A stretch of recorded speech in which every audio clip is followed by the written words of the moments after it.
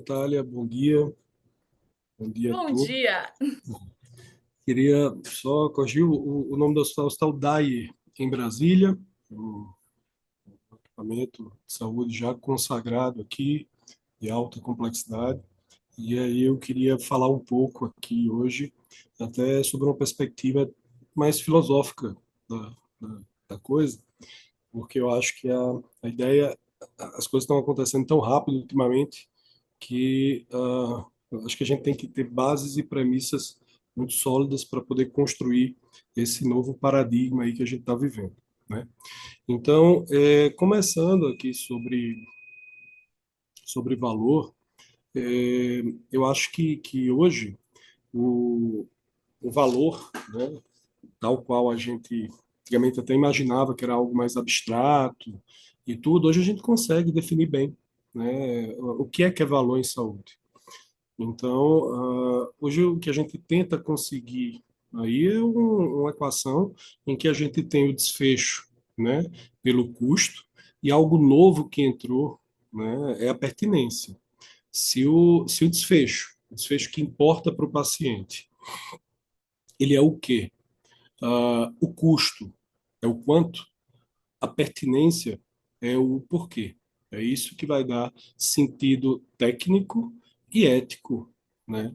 A entrega aí desse valor, que é algo que a gente tem discutido, né, desde 2000, aí, com aquele artigo do Porter no New England, que acabou que, que a grande dúvida hoje é como que a gente chega lá, né? Existe um caminho único? Será que tem uma fórmula mágica? Durante muito tempo, a grande discussão era até o que é valor, né? Será que a gente chega lá? Será que a gente consegue encontrar esse valor? Depois que a gente começou a entender melhor, depois que isso foi equacionado, hoje a grande pergunta é como que se chega lá? Como que se mede valor, né? Algo hoje que traz muito mais sentido, né, para a gente. Eu estou convencido que não há um trajeto único, né, mas um conjunto de trajetórias possíveis, né.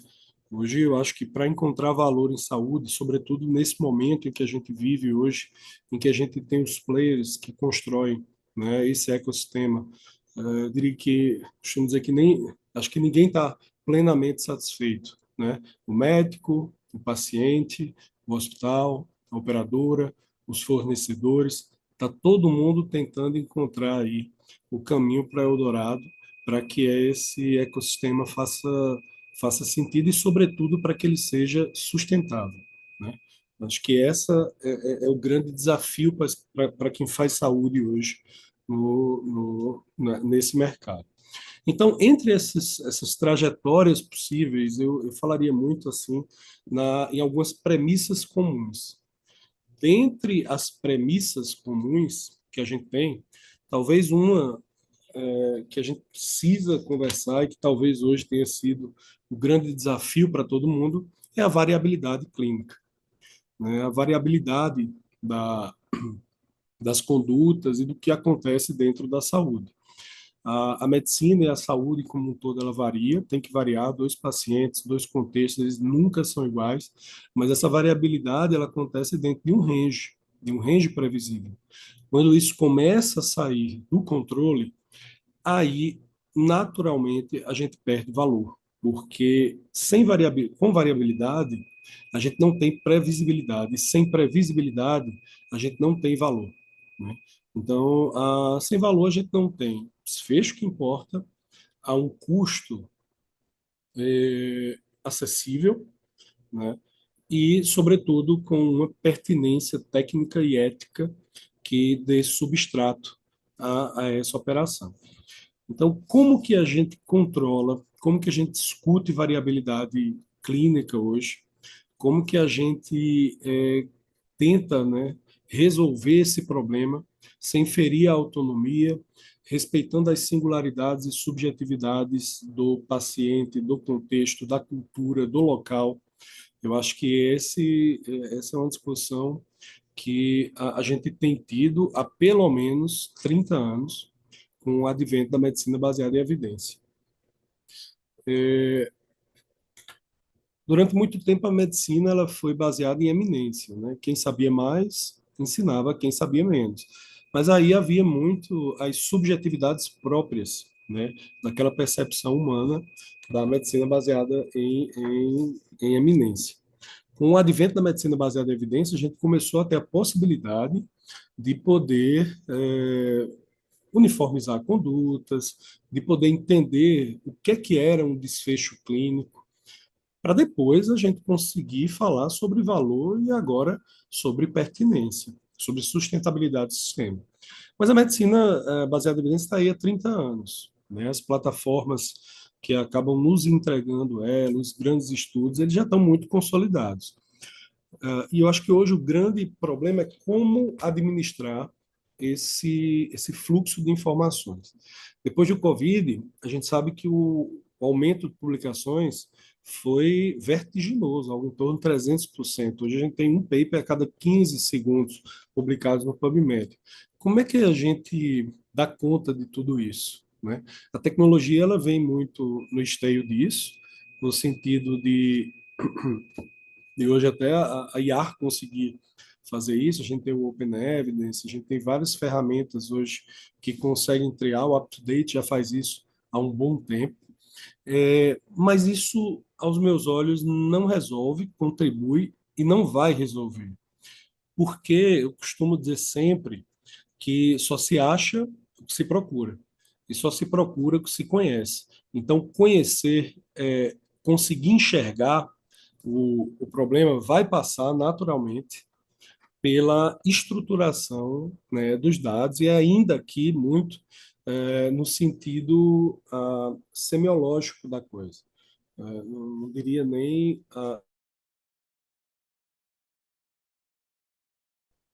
Oi, Natália, então, só fazendo um overview aqui, tentando, né, ser, ser objetivo, nós falávamos sobre a variabilidade clínica que hoje tem corroído muito aí a entrega de valor.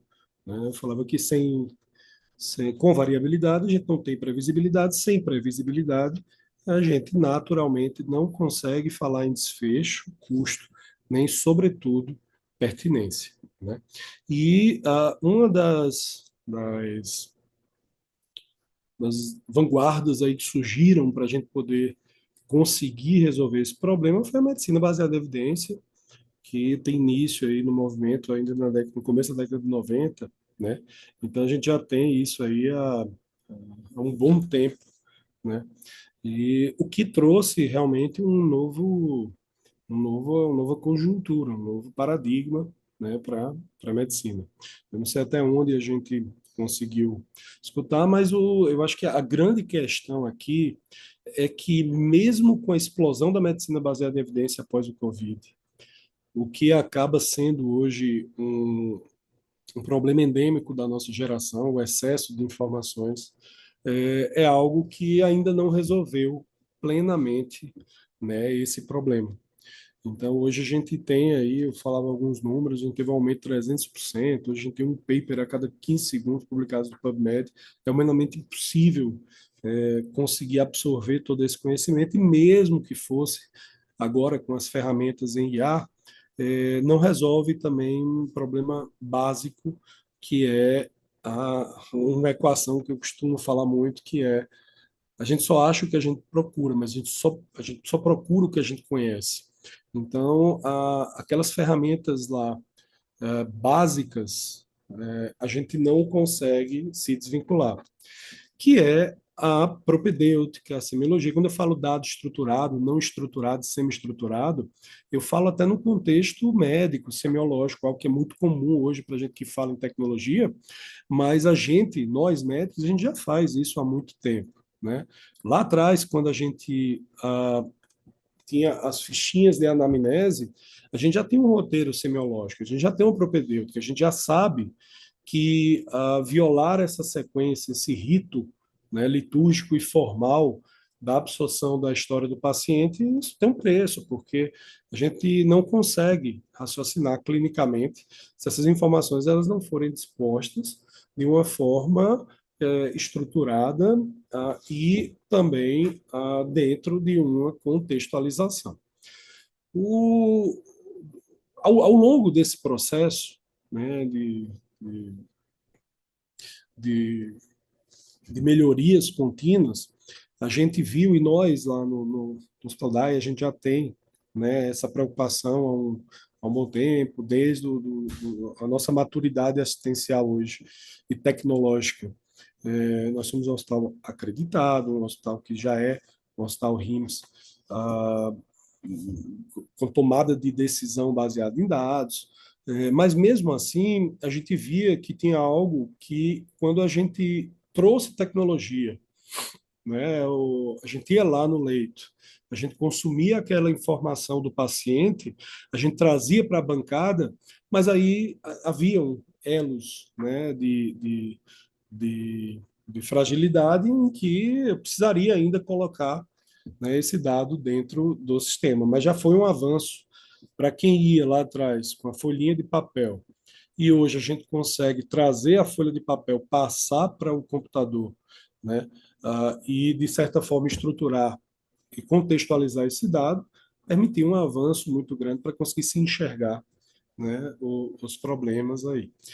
Fato é que um step, né, a mais acabou sendo construído, que é a gente ir diretamente ao leito com uma ferramenta, porque a gente consegue enxergar o todo, né? Hoje a enfermagem ela vai com o carrinho à beira-leito, ela extrai aquela informação, ela já distribui isso para dentro do prontuário, você já consome, é possível consumir, né, à beira-leito, ainda mais hoje com os celulares, a gente consegue ter o prontuário na mão.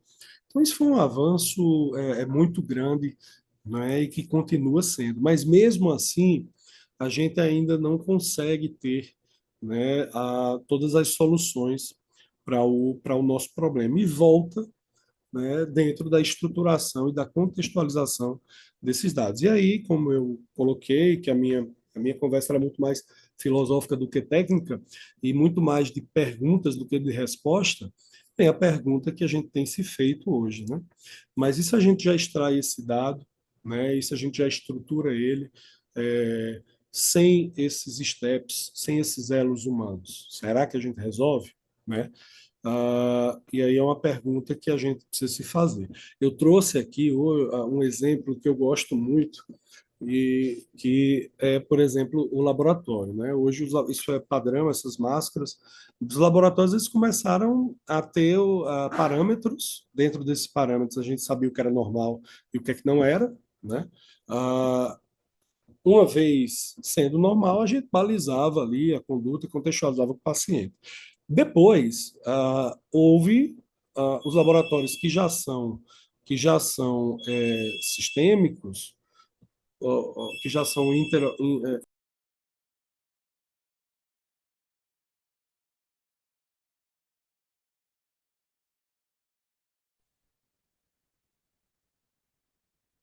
Doutor Emanuel, fica tranquilo, a gente sabe que telefone toca, pode seguir, se não estiver te atrapalhando.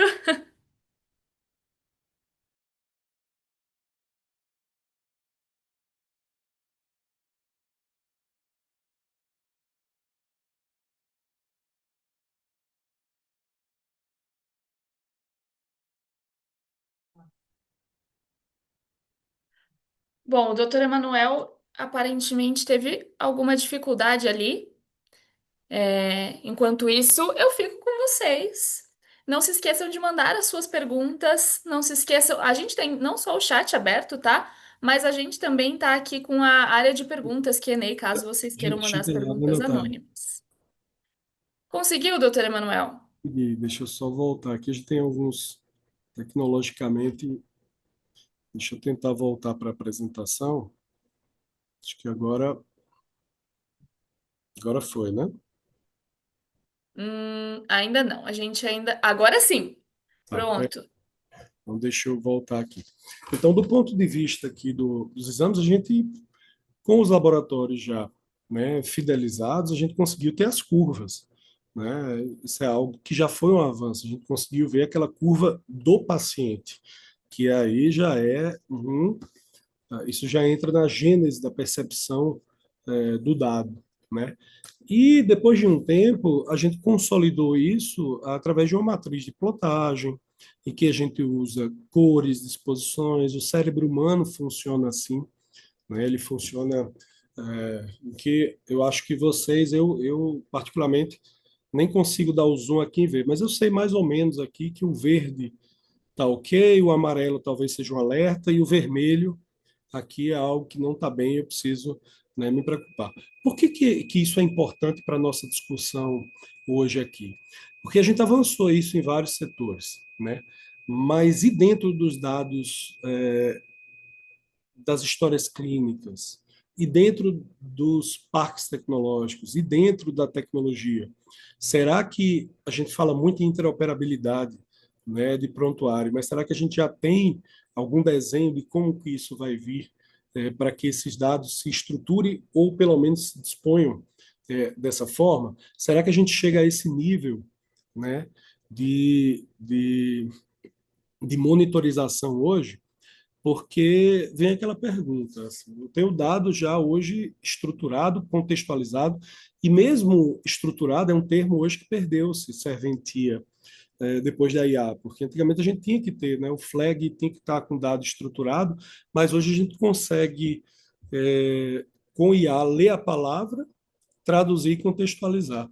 Durante muito tempo a gente tinha um problema com a radiologia geral, mundo, em que existiam as palavras consagradas e existiam os termos aí mais subjetivos. Então, alguém escrevia nódulo, outro lesão nodular, outro imagem arredondada. Como é que a gente estruturava isso dentro de um todo? Esse problema hoje ele não existe mais, né, com a IA. E será que esses dados estruturados e contextualizados eles vão conseguir nos permitir passar para um outro step de decisão clínica, que é o dado estruturado e não mais bruto, o desestruturado, é esse dado contextualizado, é esse dado consumido, né, da melhor forma possível, com uma tomada de decisão hoje, né, clínica baseada em dados, e mais do que isso, será que esses dados, essas tomadas de decisão, esses padrões de alerta, a IA já vai fazer melhor que a gente, né? Do ponto de vista de conhecimento, ou do ponto de vista de falibilidade, porque os aviões ainda caem, né? Então, essa imagem aqui do voo lá do Rio Hudson, do avião que caiu em Nova York, ela é eloquente por alguns motivos, porque é um Airbus, o Airbus a gente sabe que tem tecnologias de voos e filosofias de voos diferentes, né, entre a Airbus e a Boeing. A gente sabe que a Airbus, com o fly-by-wire, a autonomia de voo é muito da máquina, em detrimento do piloto, mas mesmo assim, né? Hoje, apesar de a gente ter uma aviação muito segura e a gente bebe muito nessa fonte da aviação, acidentes acontecem. Esse acidente em específico, ele não previu algo que dentro da área de saúde a gente tem aprendido muito com a aviação, que é a discutir um pouco sobre a falha humana, né? Desde do relatório errar humano, que a gente tem se preocupado muito com essa falha humana, e eu acho que agora, nesse momento, a falha humana nunca foi tão, tão discutida, né?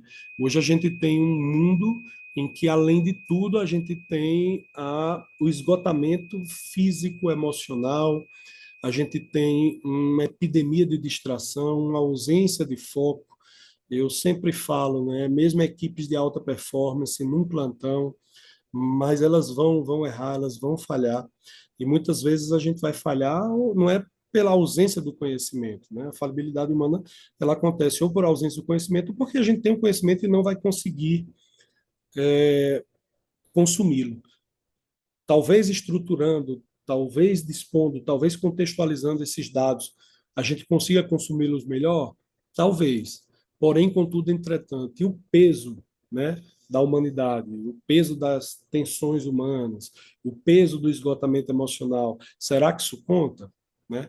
Aí eu volto lá, eu acho que, não sei quem que é dessa época, eu lembro, mas foi o computador da IBM que venceu o enxadrista lá, o Kasparov, né?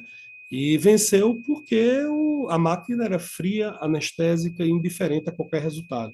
Enquanto que ele não, ele tinha todo o peso do orgulho, né, da humanidade, ele não estava preparado ali para poder agir sem emoção, que foi um problema próximo também ao do Rio Hudson, né? Então, essas tecnologias que a gente tem discutido durante essa semana aqui do Hospital do Futuro, é, até onde a gente precisa discutir sobre tudo isso, né? Assim, como que a gente vai não substituir, né, com a IA, com a tecnologia, a decisão humana, clínica, as variabilidades possíveis, mas como que a gente enxuga, como que a gente entrega esse dado da forma mais, eu não vou usar estruturado, mas mais contextualizado possível para que a decisão seja tomada. Quando eu volto aqui no slide, eu não sei se vocês conseguem ver, mas eu vejo aqui, por exemplo, uma creatinina que está em queda, mas ainda está alta, com potássio normal. Mas se esse potássio tivesse alterado, se esse paciente tivesse com hipercalemia, que é o aumento de potássio, será que o próprio sistema, seja a plataforma que tivesse, ela já dá um alerta e fala, olha, esse antipertensivo aqui, ele retém potássio logo, né? Fique alerta. Acho que para isso aí a tecnologia vai ser de uma disrupção imensa, né? A gente já tem hoje, lá no hospital, a gente já faz parte de um projeto de transformação digital, em que a gente já pensa nisso, a gente já estruturou a biblioteca lá do, do, dos fármacos, coisas que vão ajudar, mas o peso da decisão vai ser sempre, né, humana. Eu acho que isso, nesse momento, a gente não se discute, mas algo que me deixa muito otimista hoje e algo que eu acredito muito é que essas ferramentas e a tecnologia vai nos permitir, né, a poder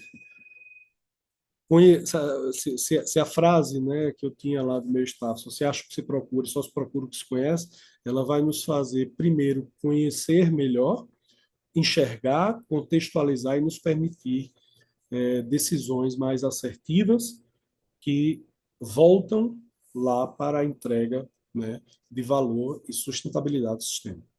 Então, o que eu tinha para colocar era mais ou menos isso, Natália. Como eu falei, era muito mais perguntas do que respostas, mas fica a discussão aí, fica todo o meu otimismo para que a gente consiga, muito em breve, conseguir viver um novo momento, né, da saúde.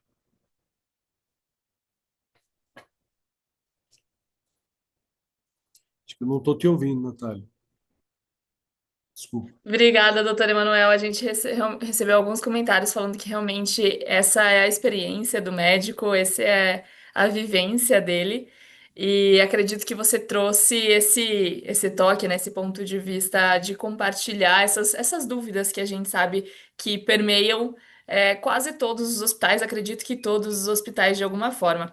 Eu tenho aqui algumas perguntas, eu vou pegar minha colinha para fazer para você. Aqui a gente tem como pauta a saúde de valor, certo?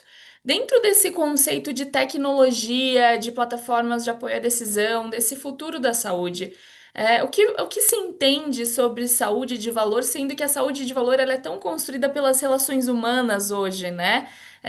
E o resultado gerado por essas pessoas. Até onde a gente consegue, chegar com essa saúde de valor? Considerando esse cenário de futuro que a gente já está quase vivendo, né? Tá com um pezinho ali. Esse é um ponto importante, porque quando a gente fala em desfecho, a gente não pode esquecer que é desfecho para o paciente, né? Então, assim, isso tem algumas singularidades. Você falou aí num termo que a equação ela não prevê, mas que está subentendido, que é a parte humana, né? E eu acredito que há um paradoxo aí, que a incorporação de tecnologia em saúde ela vai permitir humanizar, né, a saúde, porque você liberando a carga burocrática, você liberando, né, o tempo de tela, o tempo de construção de prontuário, você vai permitir que a gente possa ter uma escuta mais humana, que a gente possa estar no leito, que a gente possa examinar melhor, que a gente possa compartilhar o toque com o doente e com a família.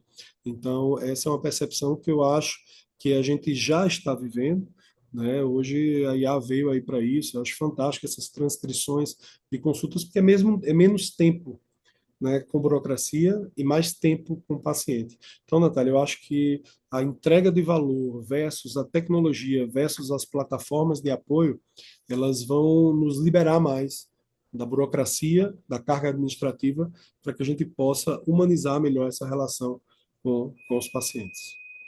Realmente compartilho desse ponto de vista também. Da eliminação de carga permite mais tempo para o cuidado. Inclusive, foi em cima dessa pauta que a gente construiu o Dia do Cuidado, quando a gente fala de cuidado assistencial, esse tipo de cuidado que a gente quer dizer, de liberar carga para que as pessoas tenham tempo de fazer as atividades para quais elas estudaram para fazer, né? Para colocar em prática o seu conhecimento, usar melhor os protocolos, usar melhor o cuidado, as rotinas de cuidado. Então, a gente tá bem alinhado nesse pensamento e acredito que agora a gente esteja trazendo mais gente para o nosso time. Tem uma outra pergunta aqui bastante interessante, que como a gente define, né? Como o hospital define as prioridades nesse tipo de transformação?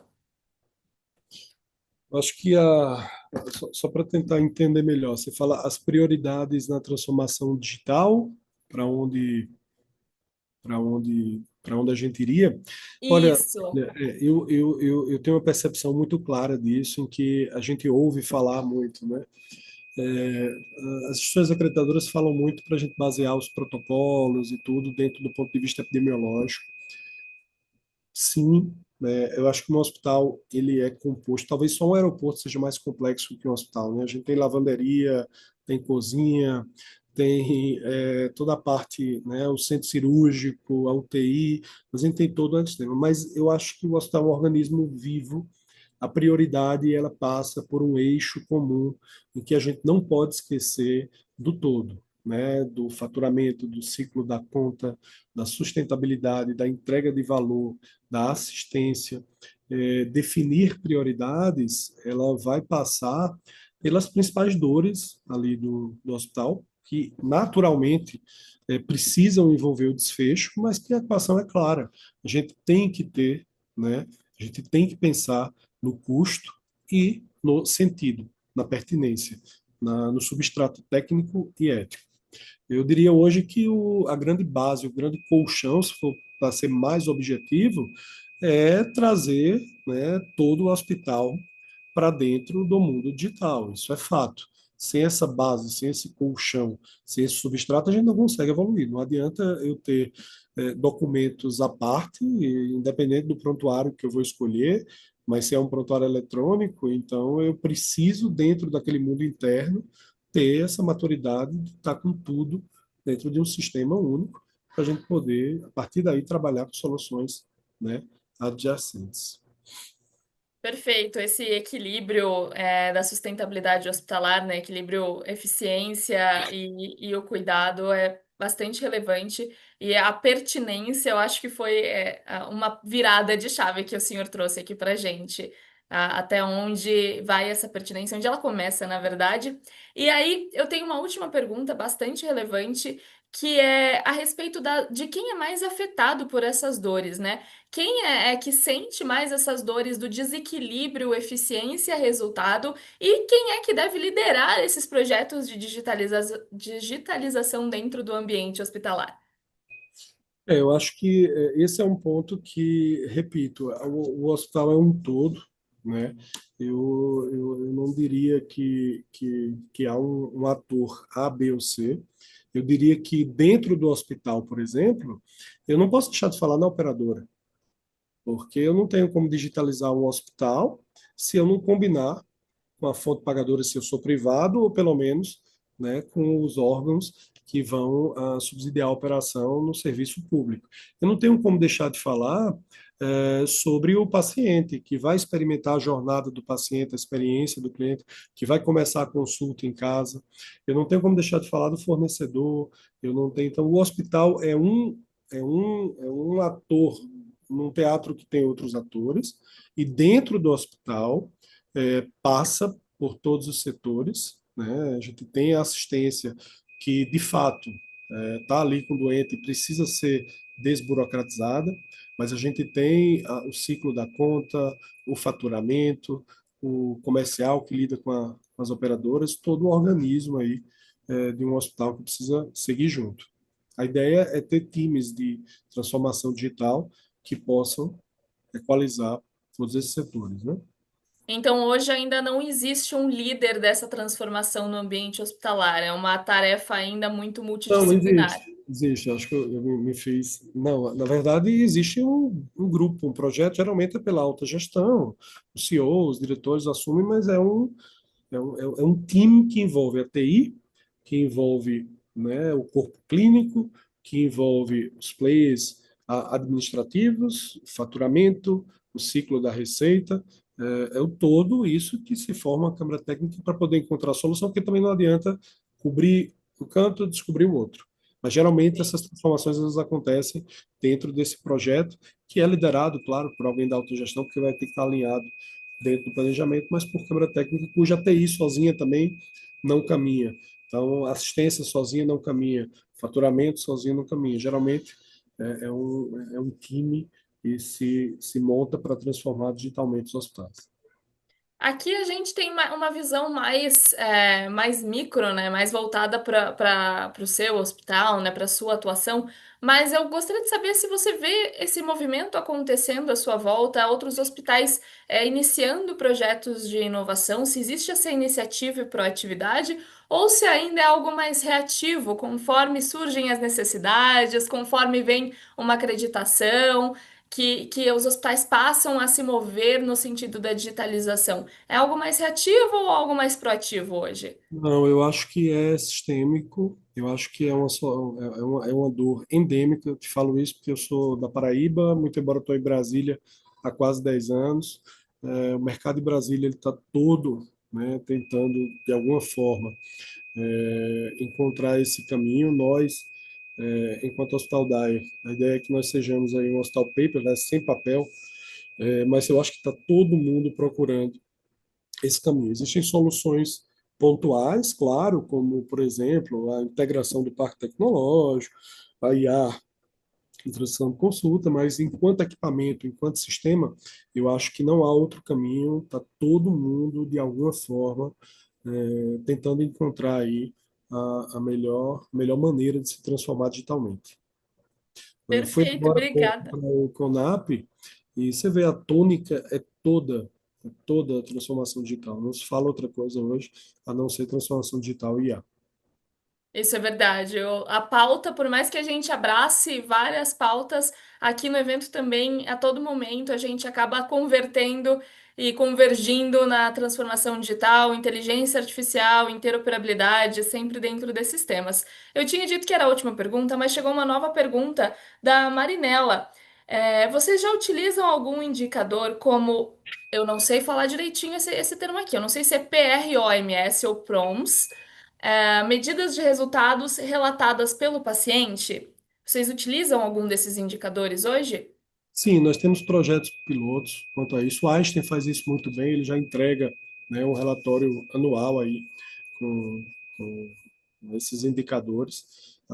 Existe um case que a gente tem também lá no hospital com algumas operadoras, que é a gestão de desperdício, com entrega de valor, né? Então a gente mensura alguns desses indicadores, eu posso depois compartilhar.